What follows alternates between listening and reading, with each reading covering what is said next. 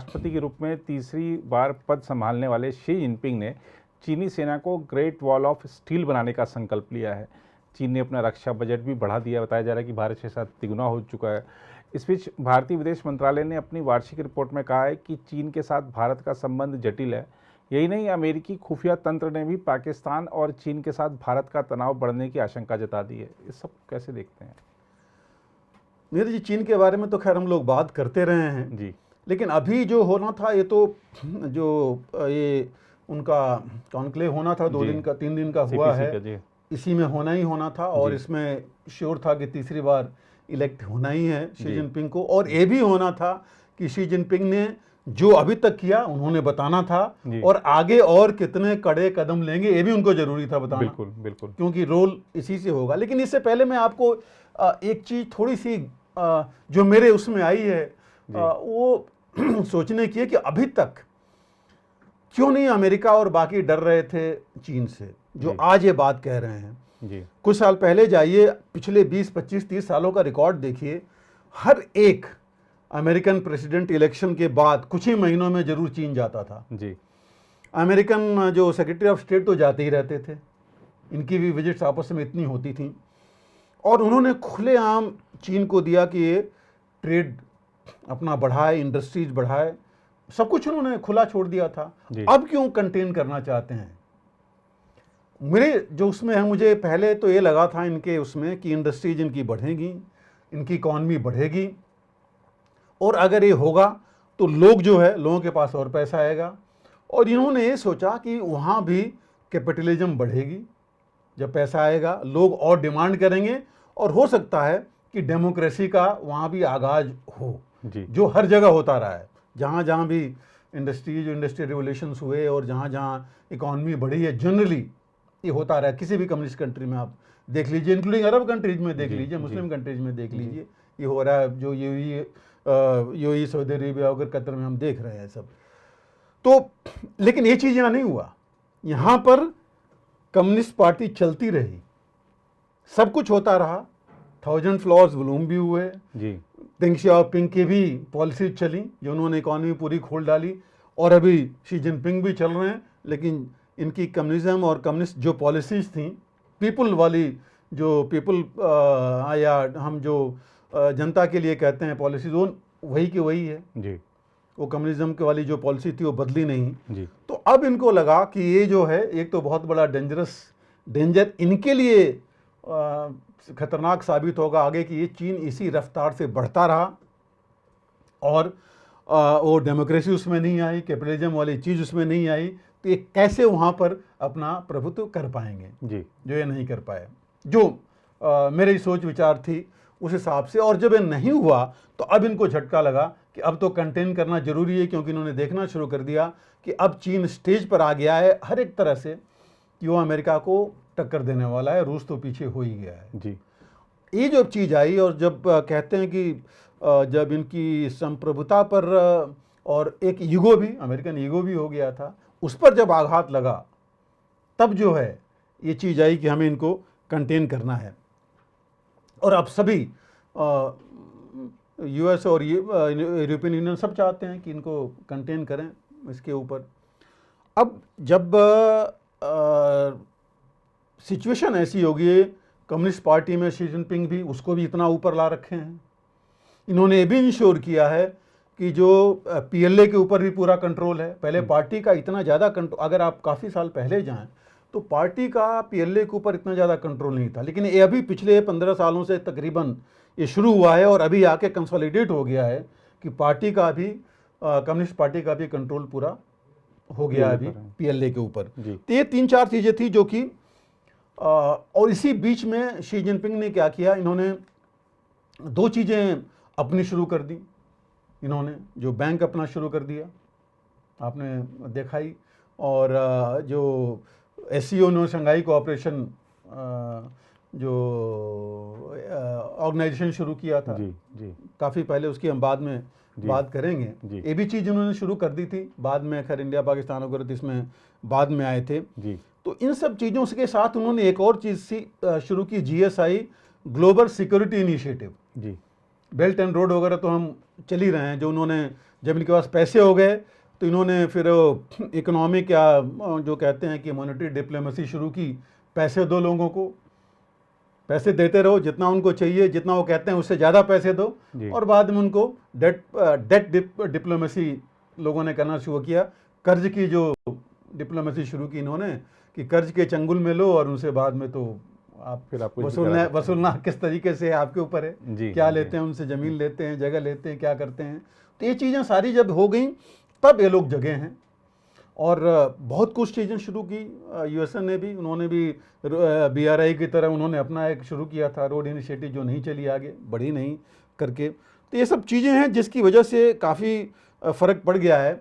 और जिन्होंने great wall की बात की, ग्रेट वॉल ऑफ बेसिकली, हाँ, तो उसमें अभी आप ग्रेट वॉल में भी जाइए। एक्चुअली जब मिंग डायनेस्टी में बनी थी हज़ारों साल पहले, 20,000 किलोमीटर कम नहीं था, 20,000 किलोमीटर का बना था।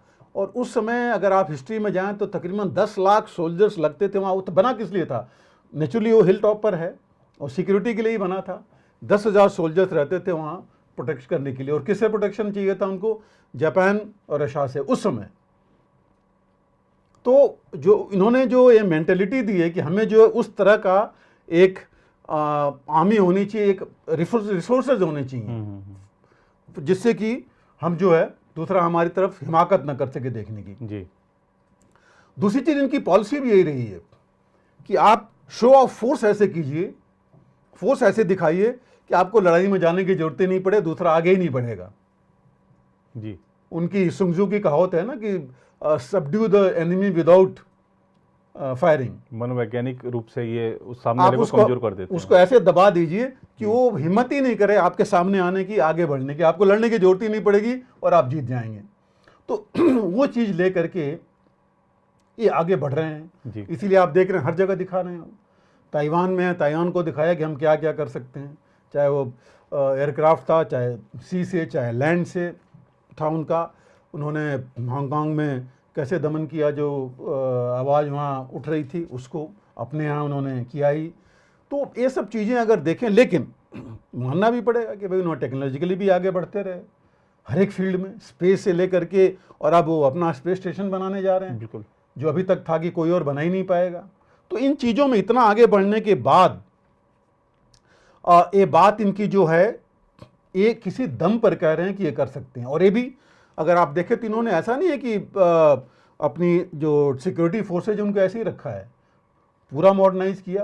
पहले इनके पास मिलिट्री रीजन्स होते थे जो कंट्रोल करते थे सामने का। अगर हमारे अगेंस्ट देखें तो 2 होते थे, चेंगडू और एक लैंगजाओ करके 2 मिलिट्री रीजन्स होते थे। अब उन्होंने मिलिट्री रीजन्स को सब खत्म करके और इन्होंने सारी ग्रुप रीऑर्गेनाइज करके और उन्होंने ग्रुप आर्मी कॉन्सेप्ट डाल दिया है कि सारा एक साथ करो। पहले अलग अलग था जी। उनके यहाँ भी वही प्रॉब्लम आती थी, एक कहीं और से ऑर्डर आते थे, एक ऑर्डर कहीं और से आता था। अब इन्होंने ग्रुप करके बना दिया है वो जी ग्रुप आर्मी। तो उन्होंने मॉडर्नाइज भी किया आर्मी, जहाँ जरूरत थी कम करने की वहाँ कम किया है। अपने वेपन्स एंड जो वो है इंफ्रास्ट्रक्चर काफ़ी अपग्रेड किया है। तो इस वजह से ये जो है ये कह रहे हैं, ये इसी बेसिस पे कह रहे हैं। और इनका जो ये कहावत अभी जो शुरू हो गई, जो मैं आपसे कह रहा था कि पार्टी जो PLA के ऊपर आ गई है, अब इन्होंने एक जो सेंटेंस वहाँ चल रहा है, party rules the guns, party rules the guns. मतलब उनको इतनी स्टेज पर आ गई है कि ये जो हमारी जो भी नीतियाँ हैं वो दोनों तरफ से भी चलेंगी, कूटनीतिक भी चलेंगी, और उसी की बेसिस पर जितना हम वहाँ डेवलपमेंट कर रहे हैं वहाँ यहाँ भी डेवलपमेंट करेंगे कि हम बैकअप मिलिट्री से भी रखेंगे जी। तो ऐसा नहीं कि हम आइसोलेशन में चल रहे हैं, जो हमारे किस पॉलिसी कभी होती थी, अब हमारी भी कोऑर्डिनेट होने लगी है। तो मतलब ये दुनिया में तो आपने देख लिया हर जगह, चाहे रूस है, चाहे अमेरिका है, चाहे कहीं भी है, आप जो भी करना चाहते हैं इंटरनेशनल फील्ड में, आपको मिलिट्री बैकअप उतना आपको अपने आप को रखना पड़ेगा जी, चलने के लिए जी। तो ये जो चीज़ें हैं, दूसरा इन्होंने जो अपनी स्ट्रेटजिक चीज़ें थी वो उसमें बदलाव किया।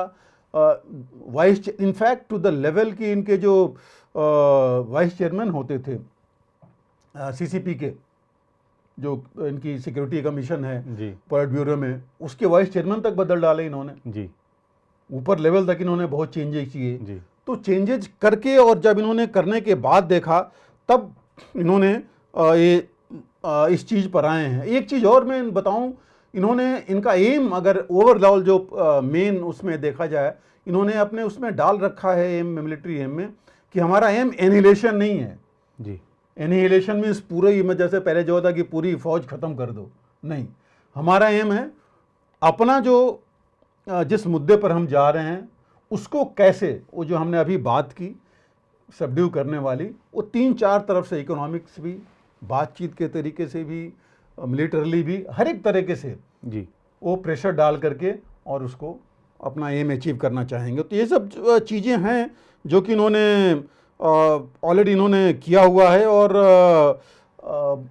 जो अगर ये कह रहे हैं तो नेचुरली ये मानना पड़ेगा कि कुछ बनाएंगे। जी जहाँ तक हमारा है डिफेंस बजट, देखिए हमारा, उनका डिफेंस बजट हमसे 4 गुना कम से कम, जी 4 गुना से भी ज़्यादा है। जी तो लेके चल रहे हैं। दूसरी चीज़, सबसे बड़ी चीज़ ये है, हमें देखना पड़ेगा, उनके पास ट्रेड सरप्लस बहुत है, पैसे बहुत हैं, जिसको कि वो कभी भी डिफेंस में ले आ सकते हैं जी जब भी जरूरत पड़े, जो अभी रशिया ने किया। इसीलिए रशिया की इकॉनमी डाउन नहीं हुई, क्योंकि ट्रेड सरप्लस था, पैसे वहाँ से निकाल के उसने डिफेंस में अभी डाल दिया है। ये कर सकते हैं, हमें वो करना मुश्किल होगा। जी तो हमको ये देखना पड़ेगा कि हम जो आत्मनिर्भर की बात कर रहे हैं, जो हम आगे अभी बात करेंगे, हम कितना और आगे बढ़ें कि अपने आप को एक सक्षम बनाएं कि हम भी उस रणनीति तक, पूरी तो नहीं, जल्दी नहीं आ सकते, बट कुछ लेवल तक आएं कि हम भी जो है शो ऑफ फोर्स कर रहे हैं, तुम इतना करोगे तो हम इतना करेंगे। जी जी ये चीज़ आनी चाहिए। तो इसलिए हमें और दूसरा जो आपने बात की, जो अमेरिका ने अभी, अमेरिका इंटेलिजेंस ने बोला है कि ये है, वो तो है, वो तो हम भी कह रहे हैं जी। आज तो हमने कहना शुरू कर दिया है कि हमें सबसे ज़्यादा अगर कोई थ्रेट है तो चाइना से ही है जी। हर एक चीज़ में, हम टेक्नोलॉजी कहिए, ट्रेड कहिए, हर एक चीज़ में। हालांकि ट्रेड हमारा डाउन हुआ है अभी, बट फिर भी वो लार्जेस्ट चल रहा है उसके साथ ही जी। जो अभी, लेकिन एक जो फ़र्क आया है, जो इन्होंने भी बोला है कि एग्रेसिव हो सकता है, यस, क्योंकि इंडिया अभी एग्रेसिव हो गया है। हम पहले एग्रेसिव नहीं होते थे जी, सबड्यू हो जाते थे, लेकिन अब हम एग्रेसिव हो गए हैं जी। और जो होना जरूरी है उसके भी बहुत फ़र्क पड़ता है। और अगर हम आत्मनिर्भरता की तरफ बढ़ते हैं तो मतलब इससे फ़र्क तो पड़ेगा। लेकिन एक चीज़ और हमें देखना पड़ेगा कि पाकिस्तान के साथ हम पहले सोचते थे कि चाइना पाकिस्तान के साथ फ्रंट खोलेगा, वो करेगा, लेकिन अगर चाइना को लग गया कि इंडिया इतना आगे हो गया है कि वो हमें ही मुश्किल हो जाएगा, हो सकता है इंडिया ही 1-2 फ्रंट खोल दे सी और एयर में जी, तो ये लेकर के तो मुश्किल आएगी ही। तो इसलिए मैं भी कहूँगा कि जो अमेरिकन थॉट प्रोसेस है वो तो हर एक देश का बोलते हैं आगे चल के ऐसा होगा, वो उसी चीज़ पर बिल्डअप कर रहे हैं जी। और रादर मैं कहूँगा कि हो सकता है वो और आगे बढ़ा रहे हों कि हिंदुस्तान और चीन जो है आपस में अगर मिलना भी चाहें तो नहीं करें और आगे बढ़ें। लेकिन जो चीज़ें हमने देखी हैं अभी, ताइवान, ईस्ट चाइना सी, साउथ चाइना सी, इंडो पैसिफिक, ये जो चीज़ें ऐसी हैं जहाँ पर कि हमारा भी इंटरेस्ट है और हमको इस मामले में सावधान रहने की ज़रूरत है।